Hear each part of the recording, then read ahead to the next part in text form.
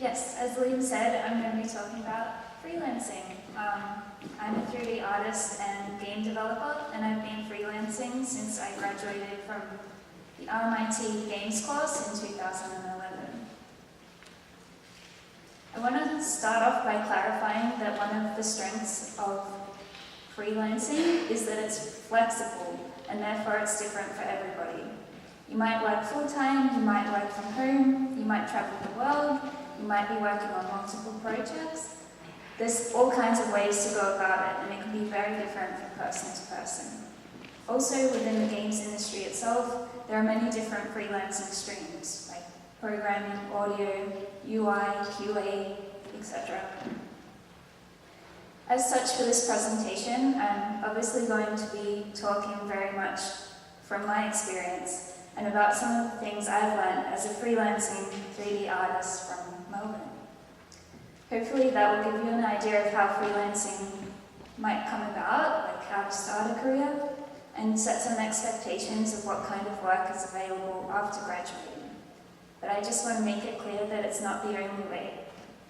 So I'm going to start at the beginning. While I was at uni, I had my first freelancing experience. This was my first freelancing job, making storyboards for a series of tourism Victoria videos. My friend was an intern at the production company and suggested me when they were looking for an artist. To me, the whole thing felt like a disaster, like I was a disaster. Surely they could have found someone better, quicker, more professional, someone who had some idea what they were doing. I spent way too long working on this. It's not even good. I approached it in a way I thought was expected, not what I was comfortable with. I wasn't comfortable doing this sort of quick sketches, which, although they look quick, they took me forever. And the company would call me to ask about my progress, and I would freak out and answer super bluntly and unprofessionally. And I also undercharged so much that they had to ask me to charge more. Just super awkward. And of course, with freelancing, we have to talk about money. One of the trickiest things when starting out is deciding how much your work is worth in terms of dollars. It's especially tricky because it's not something that people really talk about publicly. Most freelancing work will ask for a rate. How much do you charge per hour? I'm no financial advisor, but there isn't going to be a right moment to make that decision. You simply make some considerations and you pick a number. After undercharging at my first freelancing job, I had to think about it. I was looking for work that required a specific skill set that I had studied at uni, and at the time I had a casual job that anyone could do. So I should probably charge more than I was earning in that casual job that anyone could do. What if the client can't afford what you're worth? Personally, if it's a friend or an indie company that gives me the creative freedom to do what I want, or lets me pursue something that's in line with my interests, then it's totally okay to offer a discount. And I make sure that's clear to them. So it literally has, like, I'm worth this much money, but I'm going to charge you this much. And it's important to make that clarification so that they see the value of my work, but also for me to value the time that I give to them. Otherwise, if the client can't afford my work and their work doesn't align with what I love doing, then I just say no and don't do that job. If it's taking longer than initially agreed upon, for example, there might be additional assets to make, I charge overtime, my base rate plus a bit more. If it's short notice, I charge more than usual. And every couple of months, I increase the number. I've become more experienced. The client is paying for my skill level, my overall accumulated knowledge, not just the final product. When in doubt, just pick a number. Your client will tell you if it's too much, or in my case, too little. Aside from an hourly rate, there are many other structures for how a client may want to pay you. They may have a set budget and want to pay you all at once. They may want to pay you in chunks as each milestone is reached, and they may want to pay you half now and half at the end when you've finished everything.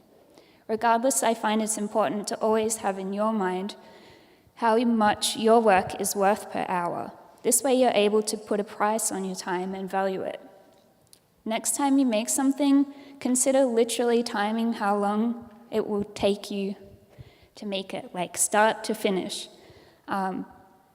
It's really helpful to do that sort of task so that when someone asks you, how long is it going to take you, you have a solid estimate. Because a lot of freelancing is about estimating. And not only does an accurate estimate give you the confidence to say yes to a job, but you can also say no, that's not enough time to complete that task. And of course, sometimes a job won't offer enough money for the amount of work. However it works out in these situations, whether you ask for more money or more time or try and reduce the scope, never sacrifice quality. Always do your best work, because that's the only part that's visible. That's how you get your next job. P.S. Please don't work for free, or for experience, or exposure. And have a good think when working for profit share.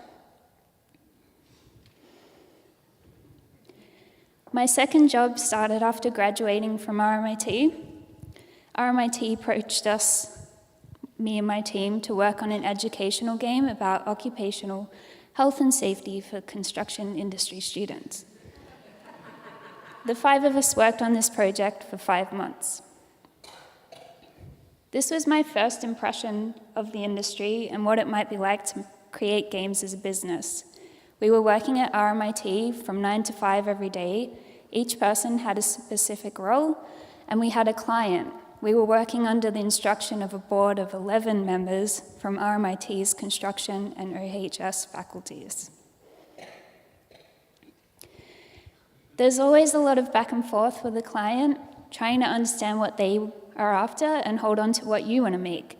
On top of that, in my experience, for some reason clients don't often play games or understand games, but they want you to make a game or work on a game.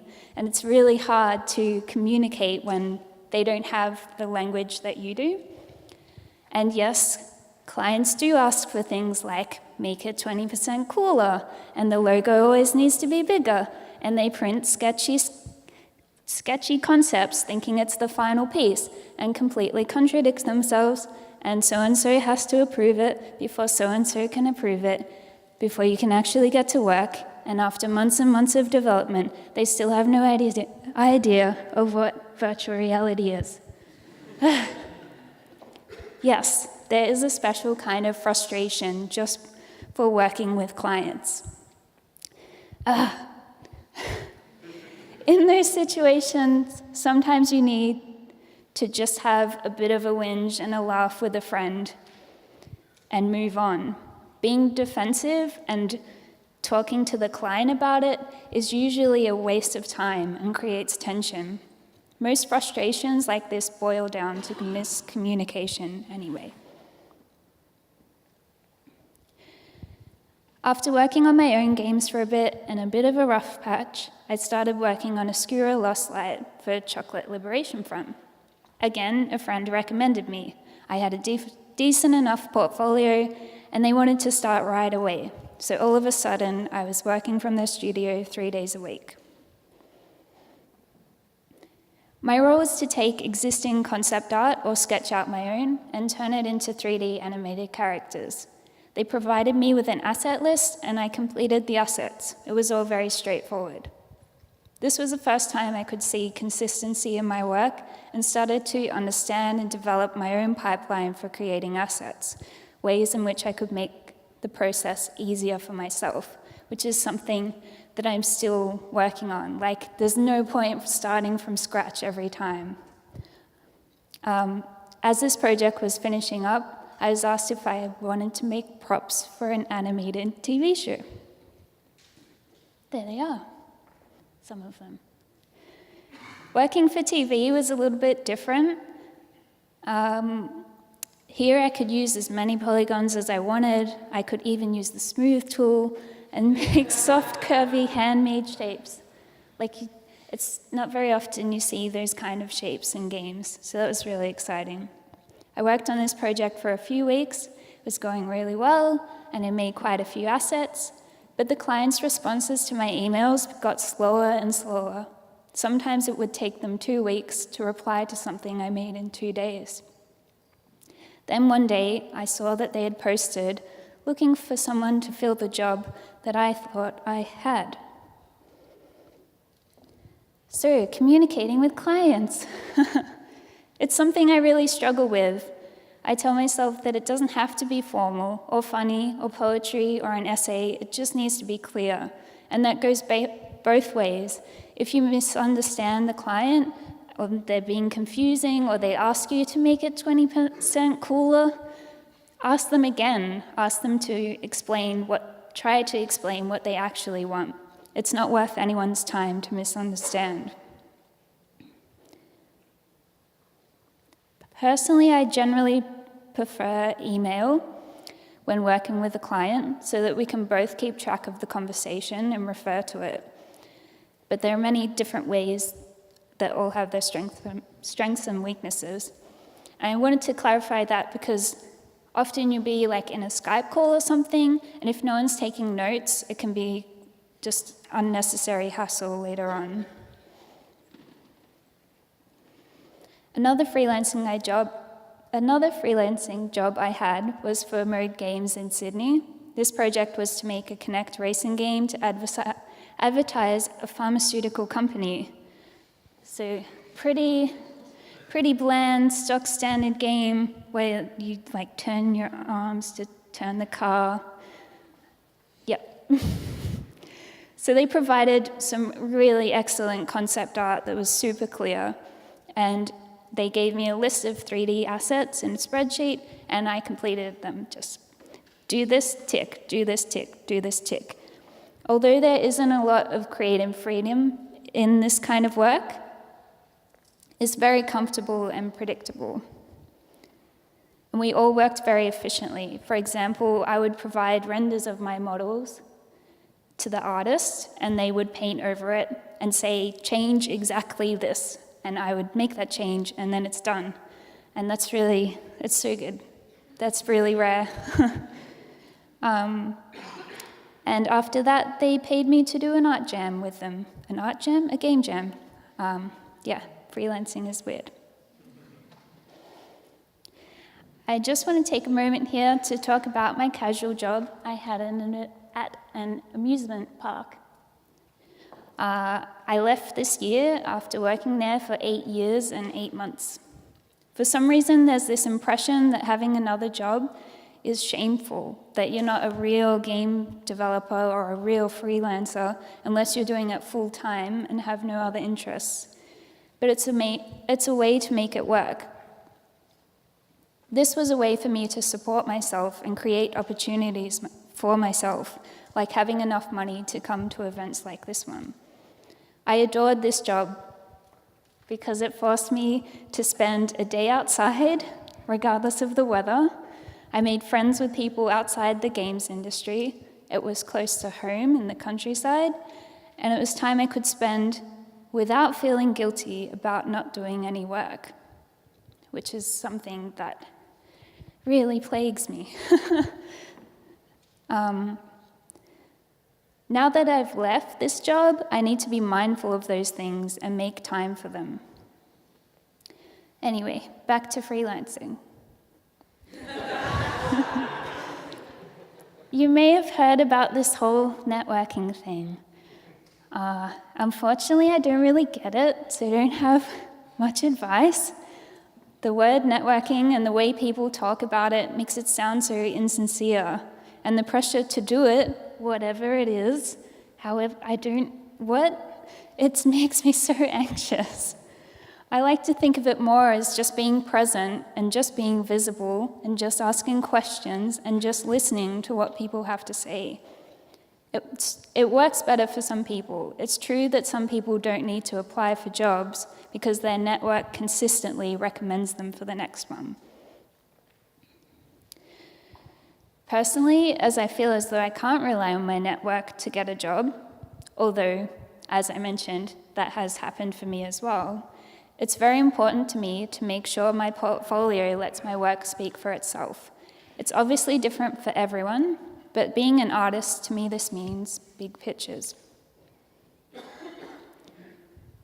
So when you click on any of those, each page has information like the trailer, a short description, as many pictures as I can fit that's appropriate, exhibitions and awards, links to relevant sites, and perhaps most importantly, literally a list of what I did and how I was involved. I try to make sure everything is as clear as possible. I also have an about page, which again, literally lists the things I have done and the things I can do. And of course, a contact page.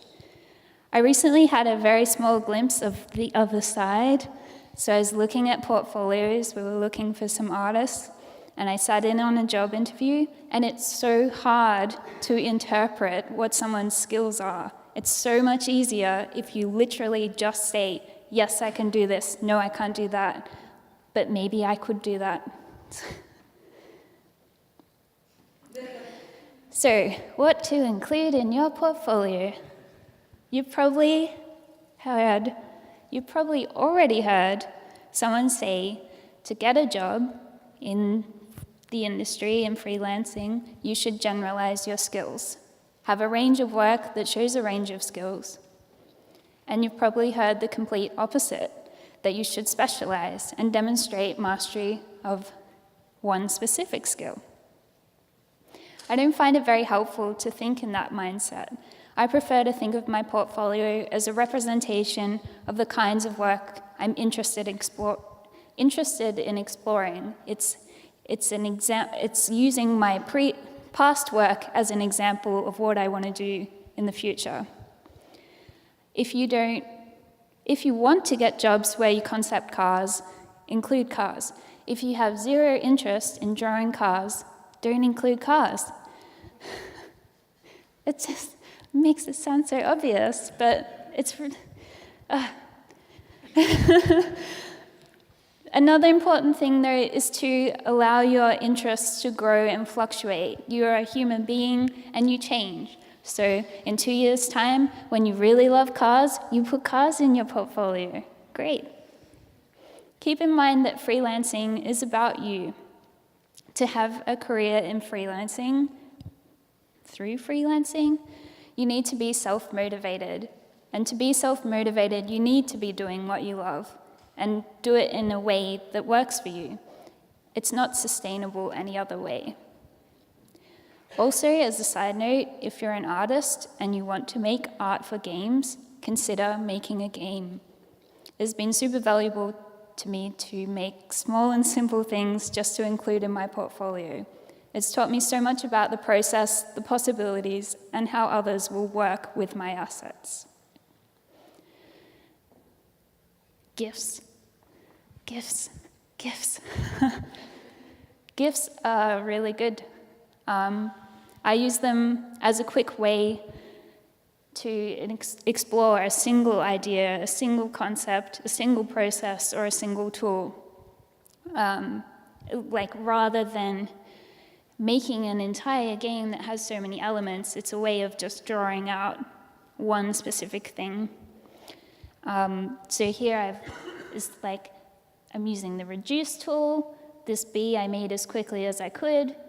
This one I'm using blend shapes and facial deforming.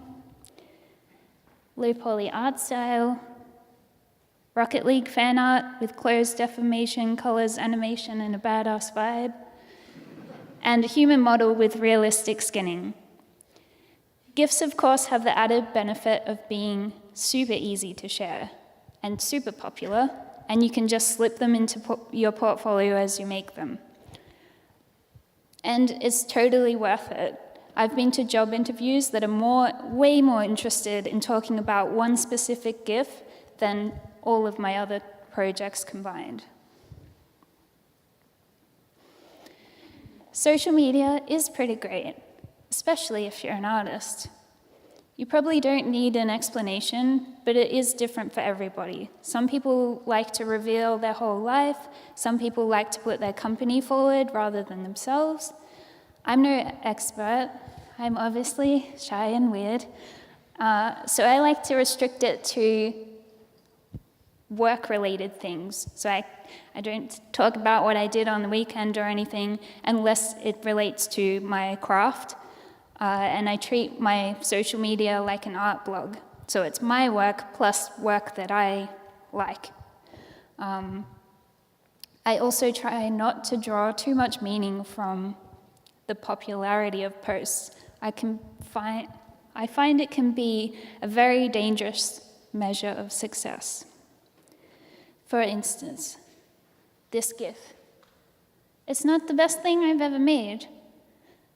I posted it on Twitter, it got 6 likes. I posted it on Tumblr, it was a staff pic and got 1,436 notes, which it's not crazy massive, but there is this weird difference, and it doesn't mean anything. What? It makes me feel really weird. It's hard not to interpret those numbers as quantifying something, so I mostly try to ignore them and share what I want to do, not what I think I should. And I focus simply on being visible, simply sharing my work. And of course, social media goes both ways. It's a great way to see what's possible and allows you to form your own ideas of what you want to make, how you want to make it, and what motivates and inspires you. It's easy to forget, though, that what's visible is what's visible.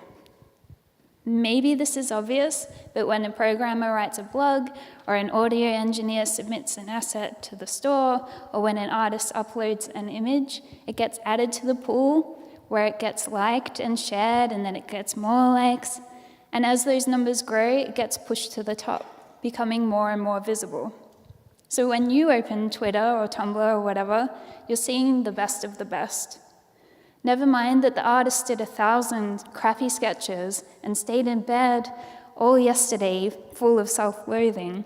We don't see that side.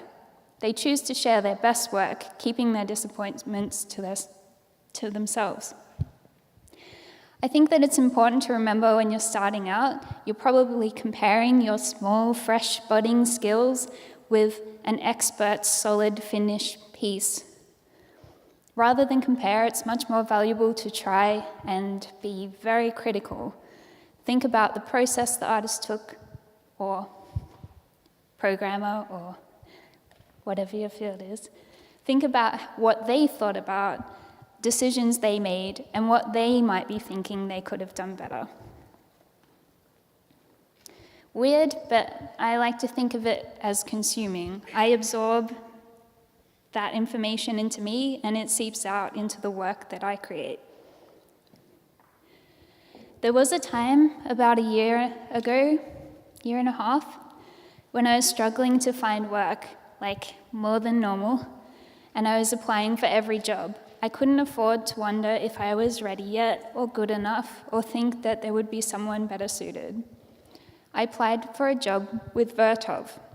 They're a VR company that makes narrative experiences at the borderline of films and games. I had only ever experienced one VR project before and never really thought about working in VR. And the job post asked for a generalist, someone who could make and animate 3D assets, concept art, develop in Unity, use Playmaker, write in C#. I couldn't do all those things and still can't, but I applied anyway. And oh my good goodness, I'm so glad that I did. As with other clients I'd worked for, I'd say what they were actually looking for was someone who is professional, quick, responsive, passionate, has flair, and is willing to rise to challenges. I honestly believe, especially when you're starting out, once you hit a certain skill level, that's it. Like everything after that is who you are, like how professional you are, how easy you make yourself to work with. And another thing to keep in mind, in my experience, clients are often willing to see you grow.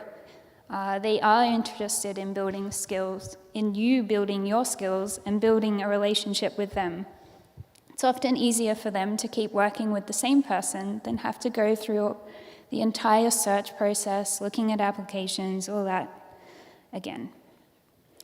So the first project I worked on with Vertov was Easter Rising Voice of a Rebel. It's a documentary experience made with BBC Learning, and it's about one man's memories of the 1916 Irish uprising.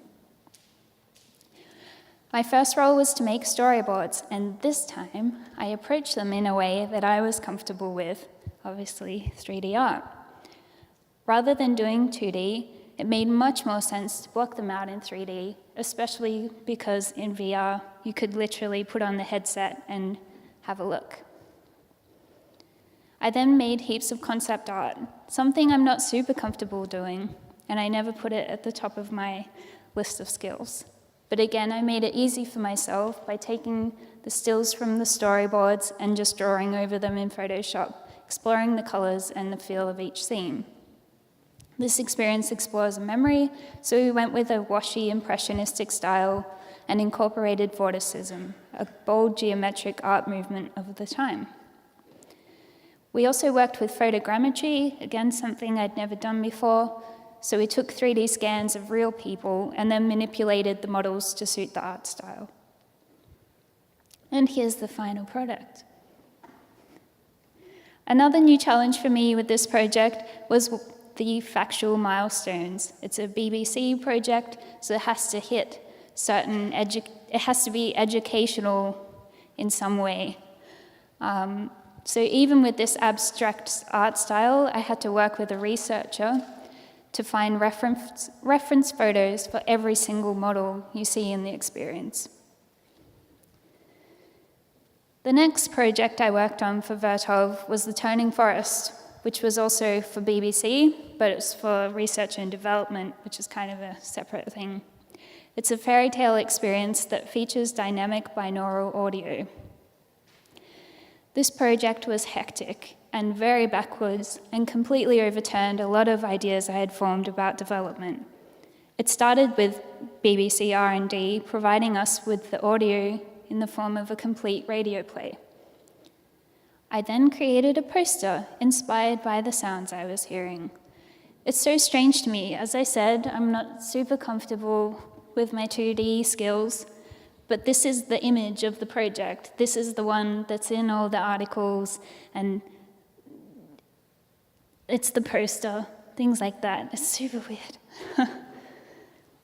So the next step in the process of making this project was to create the trailer inspired by the poster. And then, after that, then we made the actual thing. So yeah, we only had 4 weeks to make it before its premiere at Tribeca Film Festival in New York. My first task was literally to sit and listen to the sounds and create a map of where I expected things to be and how the environment would form around that.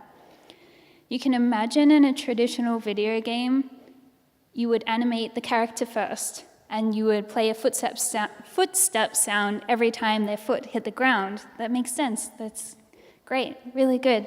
Thanks, games. But with this project, all the footstep sounds were already determined, so we had to actually animate to suit the sound. Don't do it. And I don't know, like, can I put that as a skill on my portfolio? Like, that is not a thing. This is the work of James Gilliard. This was the concept art for the project. It was a super interesting choice because it's so flat, it's so 2D, and we're working in virtual reality, which is the best digital representation of 3D space. So that was really challenging. But it was super helpful that his work has lots of repeated elements and colors and simple shapes. Working with this art made me realize why I have such little confidence in my own 2D art. When I concept, I'm exploring ideas, and I'm already considering how it will be used in 3D in a real-time engine. And like that is valuable in its own right, that can make the process much quicker. But I think in terms of a 2D image, they always end up a bit bland. And here is an illustrator that illustrates. This is what he does. He's very good at it. It's a specific skill set, and it's very recognizable as his art style. The projects I work on now, these weird sort of film game hybrids, they try very hard not to look like a game. So we work with illustrators, and illustrators always bring something new as they're not tied down by what's technically possible. They just want to make it look good. I'm so fond of this project because each person who worked on it put so much of themselves into it. And if any one person wasn't there, it wouldn't have turned out the way it did. We worked extremely hard. One time we left at 1:30 in the morning and then came back at 3 o'clock in the same morning. We had all this intense desire to get it done. We could see the potential. We could see how good it could be and how new it was, and we just wanted to get there. An intense development experience like this is not desirable or necessary, but it did teach me so much about what I can achieve and what's possible. We were working so hard that there wasn't any energy spare for me to question myself. If you're anything like me, there are times when you feel like you're faking it, or you may think you're not ready yet, or skilled enough, or not real enough. The secret is never give up and believe in yourself.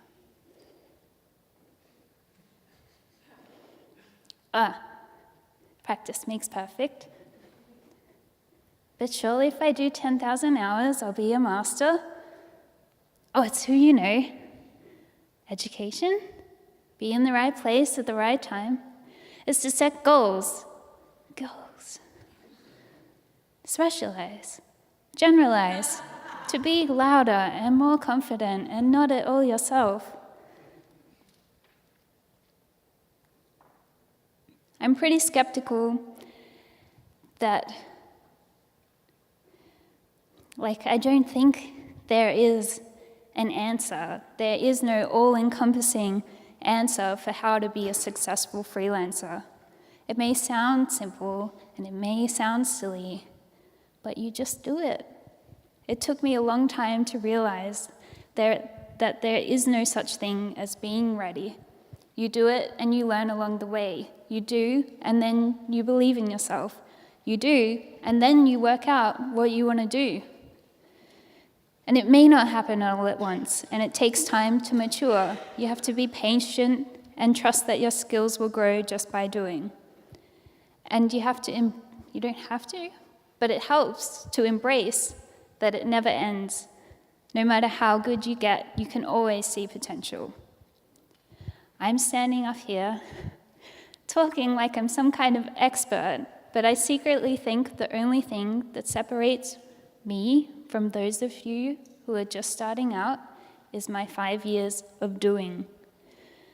And no matter how dark it gets and how much you doubt yourself, just keep applying for jobs, keep going to interviews, keep going to events, keep updating your website, keep making the things you want to make, even if it's little, even if you fail, you still learn and therefore grow. Freelancing is different for everybody, and the best way to work out what's best for you is to do it. I hope you have more of an idea and expectation of what it's like to be a freelancer. Thanks for listening. Woo!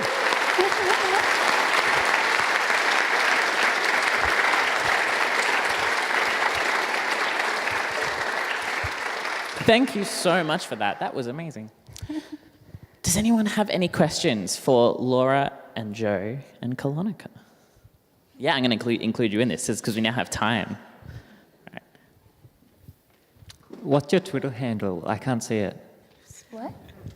What's your Twitter handle? I can't see it. Ah, Here, we can do magic.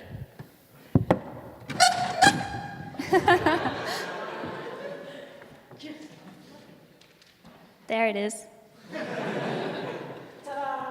Thanks. Yes, over here. Hang on, let me give you the microphone so that then everyone can hear. Yeah, but the audio for the recording.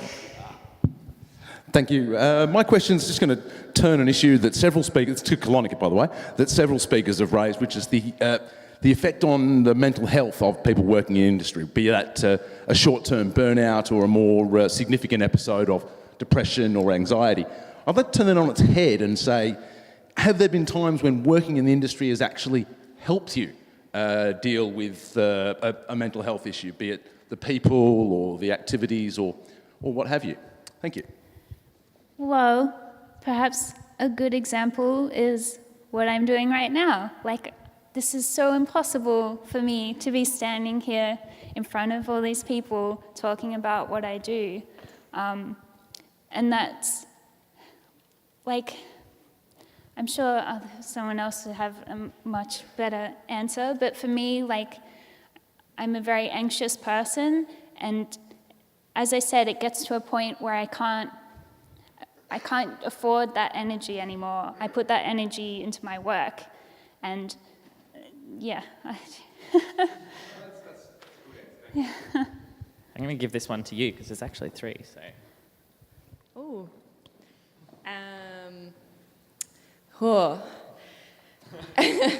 I think, okay, cool. Yeah, let's get up there. For me personally, I think when things get really rough and hard, and we've had a lot of those times, like I said in my talk, be brave enough to be honest when you're in that, and trust in the people that you're working with that they'll understand, because there's been times when I've said to Joe, I need a day off, I just need a day or 2 days to just get my head in the right space again. And so I guess for me it's just make sure you know when that time has come and listen to yourself and yeah, take care of yourself, I guess.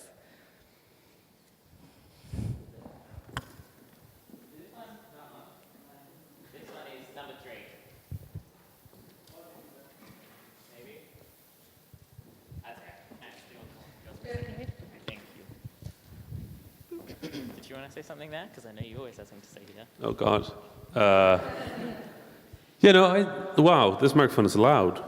Hello? Hello? Yeah, this is loud. Okay. Yeah, I think when you... being in the games industry is a really bad idea.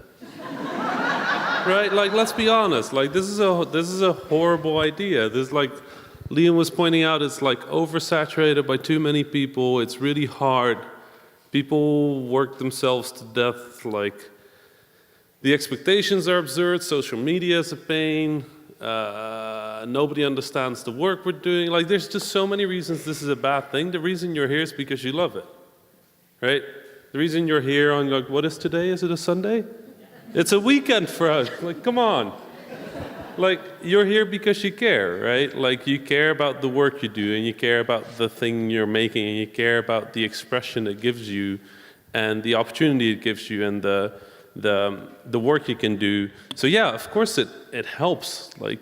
It helps emotionally. It's just also hard, and I don't think those are contradictory. I think they can perfectly coexist as something that's really good for you and something that you have to learn to control to make sure it doesn't hurt you as well. Anyone else? Whoa, it is up. Yeah. Just wondering, what sort of time management skills have you had to learn along the way, and have you got any techniques that you really found useful, or are you still sort of winging it?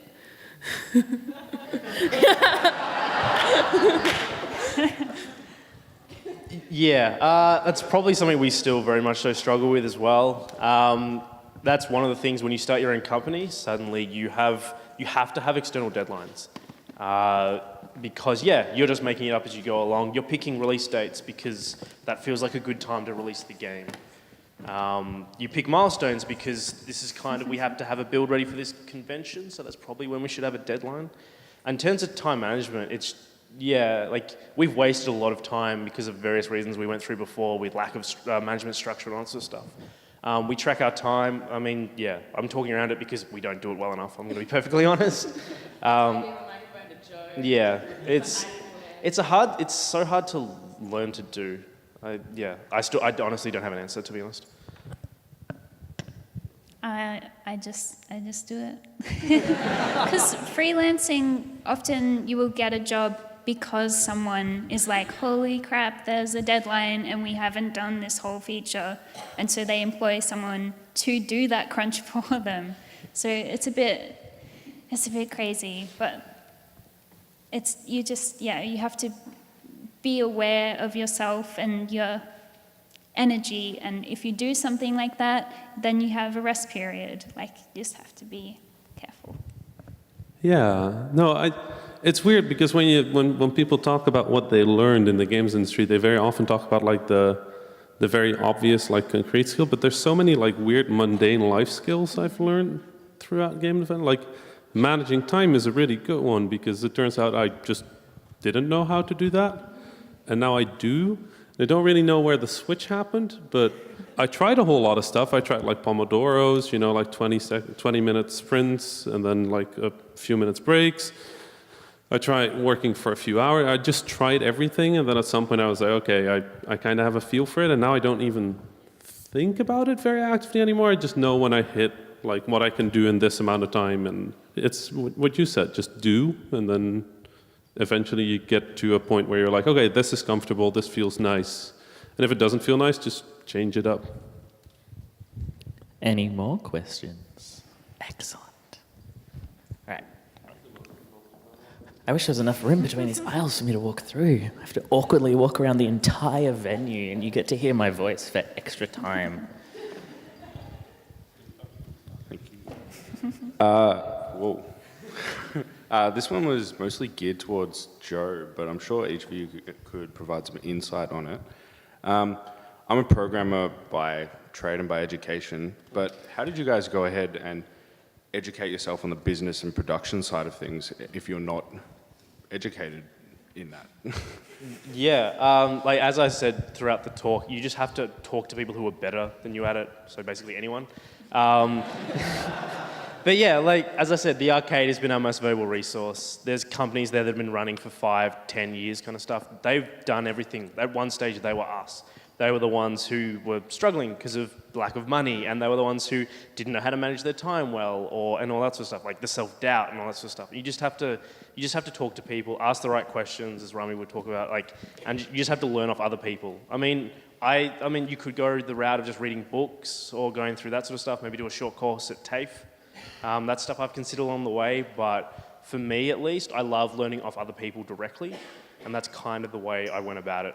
I didn't mention it during the talk, but I set out a goal each week that I will talk to somebody who's better than me in the arcade about something that's stressing me out, or I'm worried, and something I don't know, or just something like that. And each week I try and do that. I don't do it every week, but it's a nice goal to have because that's just how I've learnt it all. That's where you disappeared. Sometimes Joe disappears, and I just hop over my 2 monitors, and I'm like, where's Joe gone? Yeah. Oh well, he must be doing something businessy. Impromptu coffee meetings are basically how I've done it. Just all that sort of stuff.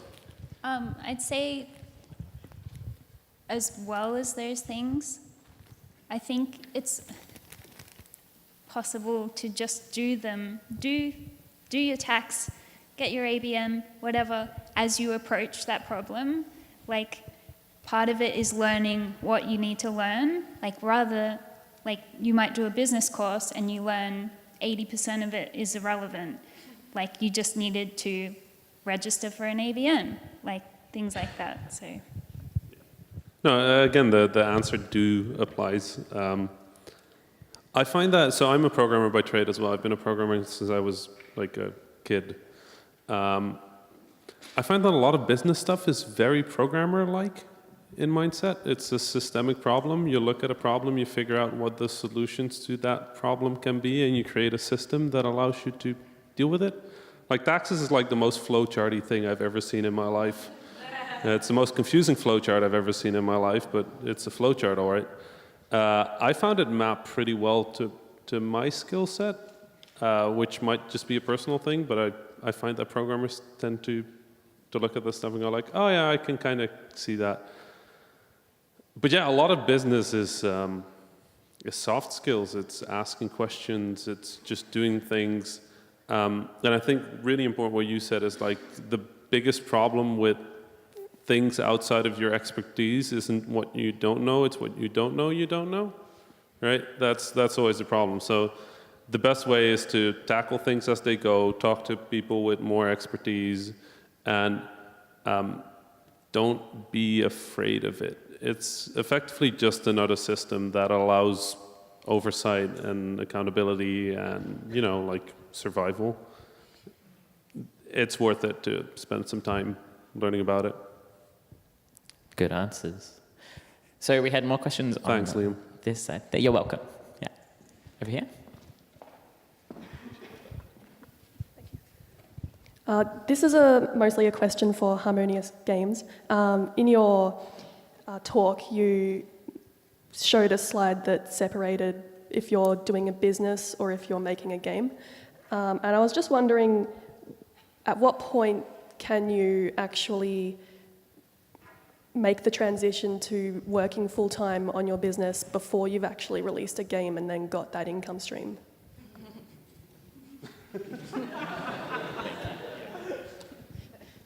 My savings?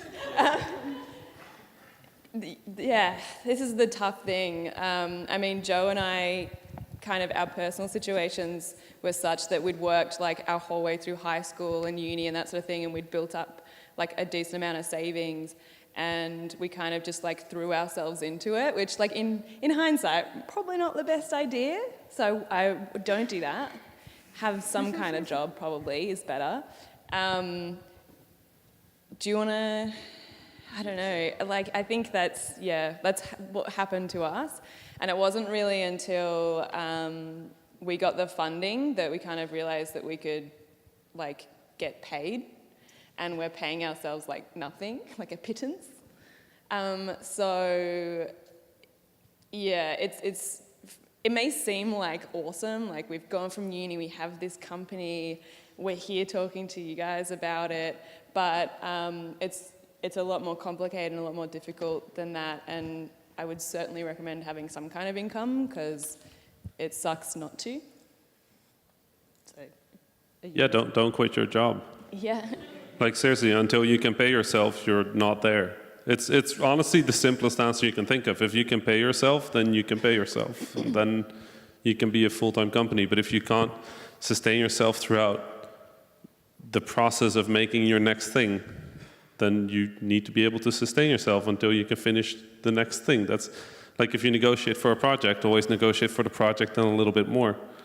But yeah, it's really simple. You treat it like a business, even if you don't have the money yet. And then when you do have the money, you can pay for yourself and you're comfortable that you will make it to the end of the stretch to your next money, then you can quit your job. But before that, I mean, you can take the risk. Like, listen, like we're all people that are telling you to not do a thing that we all kind of did. Yeah. Right? Like, and we did it because we tell you that because honestly, we are some of the lucky people that made it through that. Right? And I hate the word luck because it's an awful word. Because it means so many different things. Like it means, fuck this. Oh. Luck is, I worked really hard. I did everything I could. I talked to people. I put my work out there. I made a beautiful portfolio. I submitted to that one. I went to every event, and it worked out. That's luck. Also, luck is I was sitting in my bedroom playing video games, and over my head an airplane had trouble, and a really rich guy jumped out of the airplane with a parachute, landed in the tree in my backyard. I cut him down from the tree, he fell down, and he gave me $1 million. That's also luck, right? They're both luck. So it's a completely useless word, but like we did something that is ill-advised and somewhat irresponsible and kind of selfish and kind of weird and probably not something you should recommend to other people, and it worked out. And that's survivorship bias. That's why we're on this stage, but it's a real thing. So we are this recommendation is genuine. We are recommending you to not do that.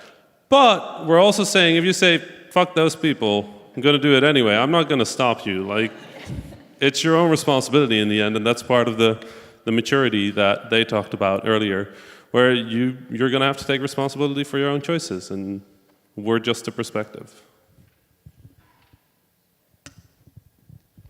I guess what I can add to that is that with some friends from uni, the team that made that OH&S game, we did start a company and it was a disaster, and that doesn't exist anymore. And so, like, I've obviously moved on from that. So there is, if you miss something, then you go for something else. Yeah, I think I would, sorry, I'm the back of the room, I'll move to the front. I would add to that, Steve Gaynor did a talk at one point and gave one of the best pieces of advice for this kind of situation that I've ever seen, which was you need to, like, whether it's just you or whether it's a team, you need to look at what advantage you have that other people don't. So I think it was with Fulbright, they had a house that they had very cheaply and everyone could fit into. And so that was their advantage. It meant that their cost of living was significantly lowered. They could do this for a certain amount of time. And we all have something, we have an advantage that, as weird as it might be, is probably something that other people don't have. And so we have to work out what that is and then take advantage of it. Some of us are in a lucky position where we did save throughout high school and uni and have a little bit of a buffer. Some of us didn't, but maybe our parents own a house, somewhere that even if it's in the middle of nowhere, like me and you and like 3 other people can go and live in for 6 months to make a game, and your cost of living will be significantly lower. That means you can actually do that. So it's really different for everyone. Other questions? Excellent. I think we'll probably do like 2 more, so. Sorry, what was your name again? I have a really bad memory of names. Kalonica. Kalonica. So I've had this question on my mind for a really long time. There was a time where I wanted to apply for a job and they had a certain skills that they needed, and I knew that I didn't fit in any of those skills. And you've mentioned before that one of the places that you worked at had a bunch of things that you needed which you didn't have. I want to know, is there a limit of knowing when to apply for a certain job with the skills that you don't have and so on, if that makes sense or not? Yeah. I guess at a basic level, it's like you see a job and you're like, that looks awesome, that's what I want to do. And it says you need to be able to wrangle a horse or something you can't do. Then you just apply for it anyway, because the majority of the majority of jobs you apply for, there is always even just a little sort of interview. You are talking to the people and they see that you're a person. So they can see that, if you don't have that skill set, maybe you have something else you can offer, or maybe you're the kind of person that will be able to learn that skill, things like that. So just apply for things that are cool.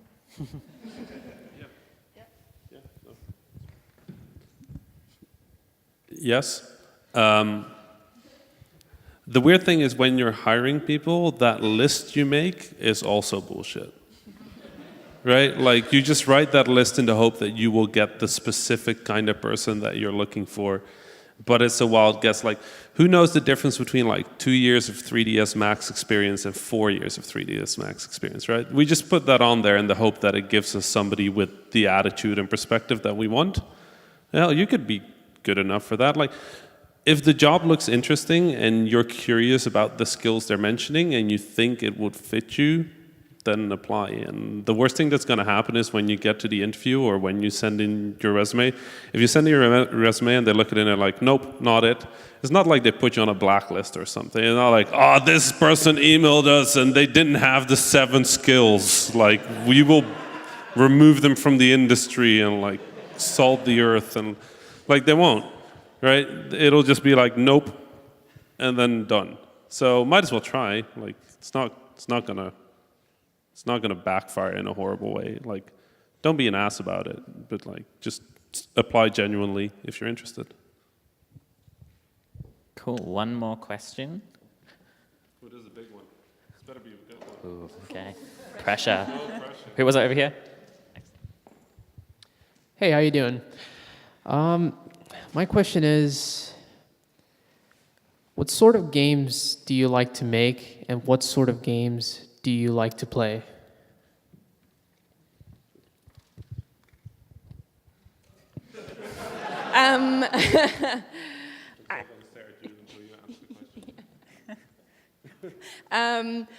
I personally enjoy, I love like a lot of different kinds of games. I love co-op platformers, obviously, because I'm making one. But there's something fun about the hecticness that can bring, and the relationship and the communication that happens when you play a co-op platformer with someone else. I just love that feeling. Like Rayman Legends, I've played that game to death. I force the whole team to play it with me when we're drunk, like every time. And then I also love really intense story-driven games like Heavy Rain and stuff like that.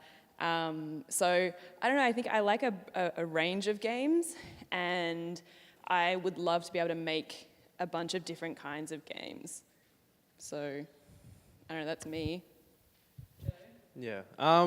I actually, we're working on a 2D platformer. I've never really played 2D platformers growing up. I kind of missed the whole 2D generation. I started when games were in 3D. I never even went back and played Mario and all that sort of stuff.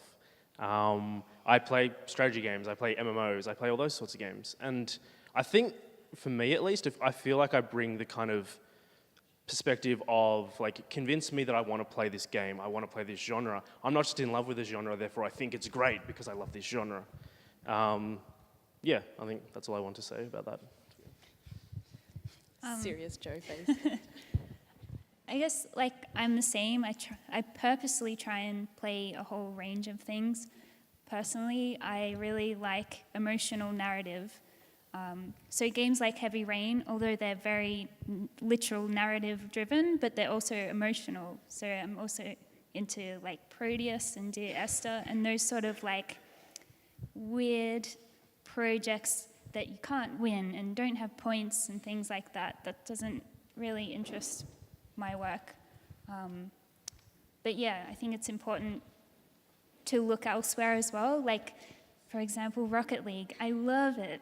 I hate games, absolutely hate games of that genre, but Rocket League, so good. Yeah, I'm a bit weird, I guess. I've never. So the first game I ever played was called Gorillas, and it was back in '94, '93. And the only way you could play it was by opening QBasic and then loading the code for the project and then running it, and you got like 2 gorillas that would throw explosive bananas at each other. Made total sense. The thing, yeah, right here, right. The thing is, that meant that I saw code before I saw a game, and at some point I started experimenting with it, so I've never really seen games as a game. They've always been code and assets to me, which makes it really weird because I love a whole lot of games, but I've always been interested in the games that allow me to mess around with them, like change numbers and designs and code and figure out what kind of 3D model was in there hidden somewhere. And over the years, I've gotten better at playing games, I guess. But the games I like are nothing like what I make. I feel like I don't want to make games I want to play, because then I can't play them anymore, right? Because I made them. So I'll just look at them and be like, this is broken. Instead of like, holy shit, I wonder what the next level is, or like what my next power-up is. So I very strongly made like a rule: if I make the games I want to make more than the games I want to play. That's the best answer I have, I guess. I can attest to that. Like, my favorite game of all time was Baldur's Gate 2. And then I went and worked on Baldur's Gate 2 Enhanced Edition. And I can barely play RPGs anymore, which is so sad, because it's still my favorite genre. Thank you all so much. Can we have a round of applause for our amazing speakers this morning?